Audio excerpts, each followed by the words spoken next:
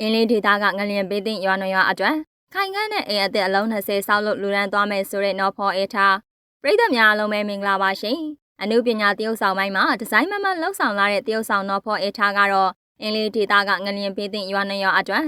ခိုင်ခန့်တဲ့အိမ်အသစ်အလုံး20ဆောက်လို့လူရန်သွားမယ်လို့သိရပါတယ်အင်းလေးဒေသကရွာနရွာအတွက်ခိုင်ခန့်တဲ့အိမ်အသစ်အလုံး20ကိုဆောက်လုပ်ပြီးသွားမှာပါနော်ဖော်တို့ပြီးခဲ့တဲ့ရက်ပိုင်းကပဲအင်းလေးကိုတင်းနဲ့အတူသွားရောက်လူရန်ခဲ့ပါပြီရှင်အင်းလေးရောက်တဲ့ခန်းစားချက်ကတော့ပြောမပြတတ်အောင်ပါပ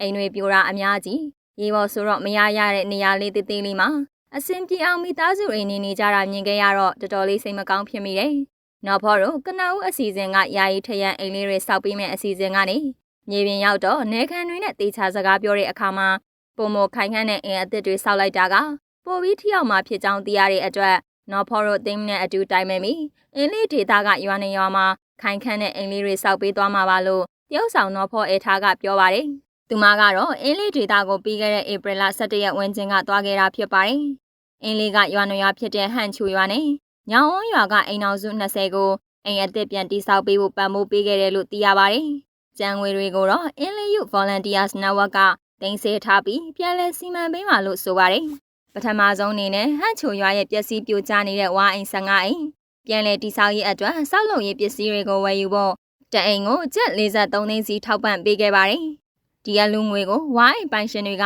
ရခိုင်ကရရှိထားတဲ့မာတီငွေကျပ်9သိန်းနဲ့ပေါင်းပြီးငကိုမူလအိမ်တွေပြန်ရရှိနိုင်မှုအသုံးပြုသွားမယ်လို့သိရပါတယ်။အိမ်နောက်ညောင်ဝန်းရွာမှာတော့ကြေးရွာကရွေးချယ်ပေးထားတဲ့တိစောက်ဖို့အလိုအဆုံးအိမ်9လုံးစာ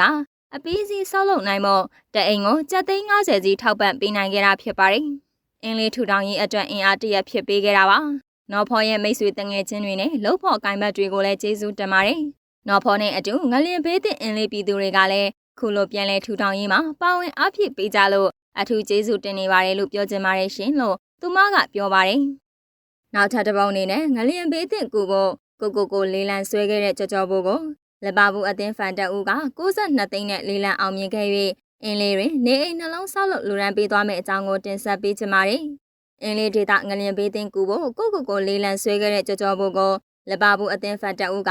ကျပ်62သိန်းနဲ့လေးလံအောင်မြင်ခဲ့တာကြောင့်ဒီအိမ်ကနေနေအိမ်နှလုံးဆောက်လုပ်လူရန်ပေးမှလည်းဖြစ်ပါတယ်။လေးလံပွဲလေးအောင်မြင်စွာပြီးဆုံးခဲ့ပါပြီခင်ဗျာ။အင်းလေးဒေသကအိမ်နှလုံးဆောက်လုပ်ပေးမှဖြစ်ပါတယ်။ကျွန်တော်ရဲ့လေးလံပွဲသို့စေတနာအပြည့်နဲ့လူရန်ပေးနိုင်ဖို့ဝင်ရောက်အားဖြည့်လေးလံဆွဲပေးကြသူတွေကိုလည်းချစ်ခင်စွာနဲ့ကျေးဇူးအများကြီးတင်ကြောင်းဂုဏ်ပြုမှတ်တမ်းတင်ပြရစီခင်ဗျာလို့တရုတ်ဆောင်ကြော်ဘိုကပြည်သက်ကိုအသိပေးလာပါတယ်။အဆိုပါလေးလံအောင်နဲ့ငွေကျပ်62သိန်းနဲ့အတူကြော်ဘိုကငွေကျပ်8သိန်းထည့်ဝင်ပြီးတော့အင်းလေးဒေသအိမ်တော်စု2စုအတွက်နေအိမ်နှလုံးကိုလေးလံအောင်မြင်သူလပါဘူးပြည်သက်ရဲ့အမည်နဲ့ဆောက်လုပ်လူရန်မယ်လို့သိရပါတယ်။ကျွန်တော်ရဲ့လေးလံပွဲကိုစေတနာအပြည့်နဲ့လူရန်ပေးဖို့အားဖြည့်လေးလံဆွဲပေးတဲ့အာဆင်နယ်ပြည်သက်တွေ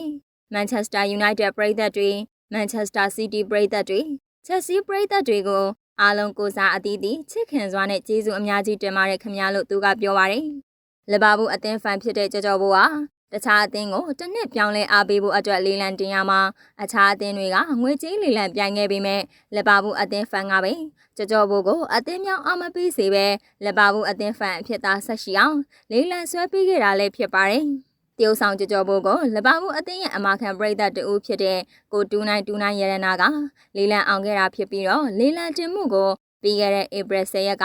စတင်ကြေညာခဲ့တာလည်းဖြစ်ပါတယ်။သူတို့မိသားစုကတော့လက်ရှိအင်းလေးဒေသကိုရောက်ရှိနေပြီးတော့ကြော်ဘိုးနဲ့9ရက်သားသမီးအလှအနေနဲ့မီဇန်လမ်းမီတိုင်းနေအောင်ကြီးမီတိုင်းပါဝါမီချိုတွေလည်းလှူဒန်းပေးတာဖြစ်ပါတယ်။နောက်ထပ်တစ်ပုဒ်အနေနဲ့ပြည်သူရင်ပြင်ကလမ်းလျှောက်တကြံမြင်ကွင်းအကြောင်းကိုတင်ဆက်ပေးချင်ပါတယ်။ပြည်သူရင်မြင့်မှာတကြံအကြက်နေ့နဲ့အတန်နေ့2ရက်တာကာလကိုလမ်းလျှောက်တကြံကျင်းပပြုလုပ်ခဲ့တာဖြစ်ပြီး